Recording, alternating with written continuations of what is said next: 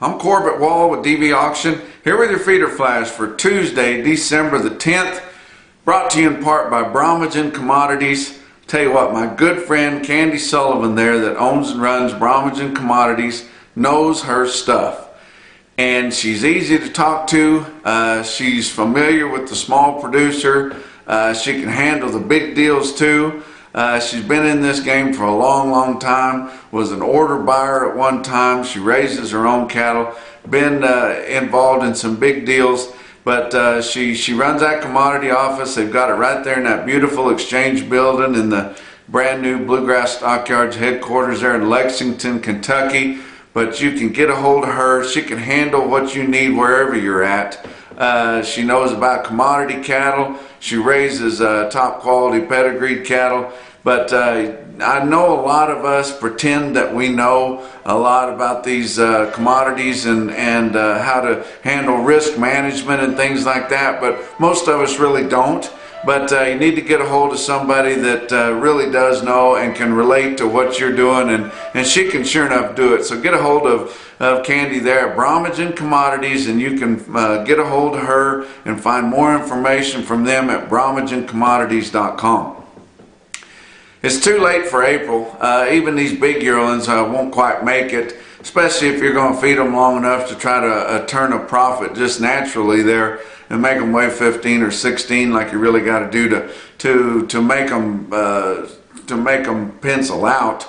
But it's too late to get in even some big cattle. By the time, you can hedge them off the April board if you want to, but the cattle are not going to be done before the board matures. So that is pressure in the market some, but if we see any true yearlings, you're still getting a premium for them, and the market's not too awful bad for these long-weaned calves is what's most of our feeders right now. What we've seen here early in the week already on Monday here is that very little or much lighter demand, I should say, not very little, but much lighter demand for heifers than there is for steers. That tells me that it's your farmer feeders, your Midwestern independent feeders that are driving the demand. They pretty much like to feed steers, not so much on the heifers. They don't want to have to deal with the MGA and all that it takes to keep those heifers on feed good. And you see it all the way down into Oklahoma City. They made note that much better demand for steers and heifers. Talked to the guys in Joplin, was that way. Talked to some guys in Iowa, a good friend of mine up there, he said it was very evident there. He said the heifers looked dirt cheap in the sales and he still couldn't sell any of them.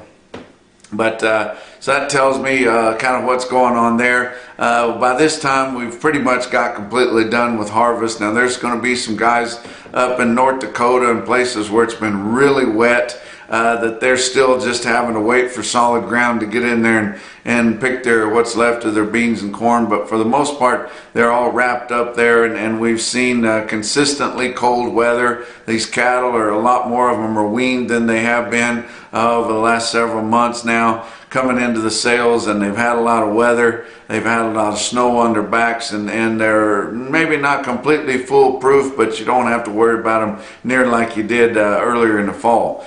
But let's look at the board on Monday here. December live cattle futures down 2 cents at 120.17. February down 22 at 124.75. But definitely not a wreck, and the board is showing some strength, just kind of holding itself together. January feeder cattle also down 2 cents at 141.52. But March up 60 cents at 142.27. Getting ready to head to the airport, get on a plane, go out to Vegas. Spend a few days out there going to the finals. All business, I assure you. But looking forward to meeting several Feeder Flash gang members out there. I run into them everywhere. I definitely run into some of you out there, and looking forward to meeting a lot of new people. You guys be sure and holler at me if you see me out there. Meeting some other Feeder Flash gang members out there. As soon as I get off the plane, we're hitting the rodeo, and got a lot of plans to have a lot of fun here this week. Do plan to keep giving you guys updates, although they might be more abbreviated than usual, kind of like this one, due to constraints of time. But weighted average on last week's fed cattle trade 71,200 head. That's not as much as we need to be moving, but compared to last week, or the previous week, which was the holiday week, 51,300. But you see how we're just losing all of our negotiated trade. That's negotiated cash sales of fed cattle in your 5-area feeding region. That 71,200 we had this past week compares to 106,000 just the same week a year ago. And your live sales on steers and heifers in your 5-area feeding region ranged from 116 to 120, but mostly 119. 119 was prevalent in pretty much all 5 regions. We did see a few 120 out west there, Colorado, western Nebraska, but not a lot, still mostly 119. We saw some 119.50 in the southern plains, mostly in Texas, but the lion's share of it was 119. And we saw some 118 to 119 in your live sales in Nebraska and Iowa, and a lot of that caused by some muddy lot conditions out there, but for the most part 119. And just like you would think, your weighted average on your live steers in your 5-area was 118.92, so right there knocking on the door, and that was 71 cents higher than the weighted average on live steers the previous week. Your dress sales on steers and heifers in the 5-area, 187 to 190, but mostly 188. Kind of the same deal there. 188 was prevalent everywhere. That would be a buck higher just on the surface, where your 119 was steady, but your weighted average was still over 70 cents higher. But on your dress sales of steers, that mostly 188 would be $1 higher just straight up. And then with your weighted average at 188.10, that weighted average steer price in your 5 areas is $1.27 higher than the previous week. So we gained more ground than we really thought. We had a pretty good week last week for the most part. Of course, you know, starting out here on early in the week, nothing going on for the most part, but did hear of a few small deals in the southern plains that sold at 119 for hedged feeders. Guys are really wanting to shake pins loose if they can. I tell you what, they've got some calves that they think have an opportunity to make some money. There's a lot of strings of feeder cattle that guys would like to get bought. They just don't have a pen to put them in. I mean, no vacancy signs hung on almost all your feedlots throughout the middle part of the country. But at 119, just to know it's still out there on a Monday morning is kind of a good feeling. With the board not doing a whole lot, but that doesn't tell you a whole lot. I'm just telling you that's what I heard. But let's talk about your markets on Monday, middle of the afternoon here. Real-time index 143.02. That's unchanged from the close of last week, so mostly steady, and that's pretty much what we saw. We'll say Oklahoma City, Oklahoma National Stockyards. I tell you what, the cattle just kept rolling in there, and we talked about that on the last visit. Due to that fire in Holcomb, Kansas that we had back in August, we had a lot of uncertainty in the market, and guys were slow to start marketing their calves. So about a month there before they really felt enough confidence to start marketing their cattle. Pushed everybody back a little bit, and now you've got a lot of producers that are scrambling to market their cattle before the Thanksgiving or the Christmas shutdown, the holiday shutdown. So big runs around this week, being another pretty good sized run next week, and then it'll be shut down for the most part for 2 weeks over the Christmas holiday and the end of the new year, or the end of the old year and the start of the new year. But Oklahoma City, 16,000 estimated there. Man, that is a big run. It makes you feel good, though. I tell you what, these big sale barns are as healthy as they've been for probably 20 or 30 years. And that is true price discovery, and that's a transparent market where you see what happens.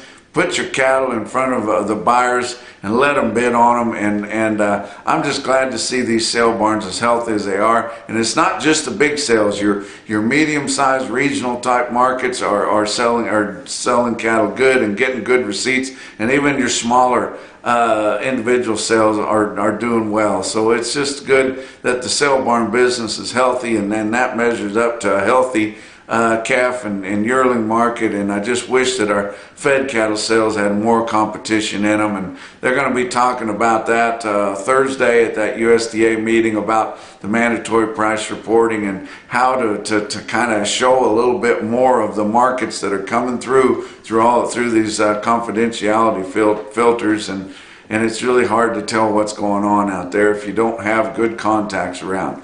But 16,000 in Oklahoma City, the open on the market, which it's going to be hard to hold this market. They'll be selling all night there, and it'll be hard to hold this market. But feeder steers, that'd be mostly long weaned calves, but a few yearlings in there, steady to $3 higher. On the open, the heifer's kind of holding steady in there, and that goes to show you what I was talking about earlier. The steers selling much better than the heifers.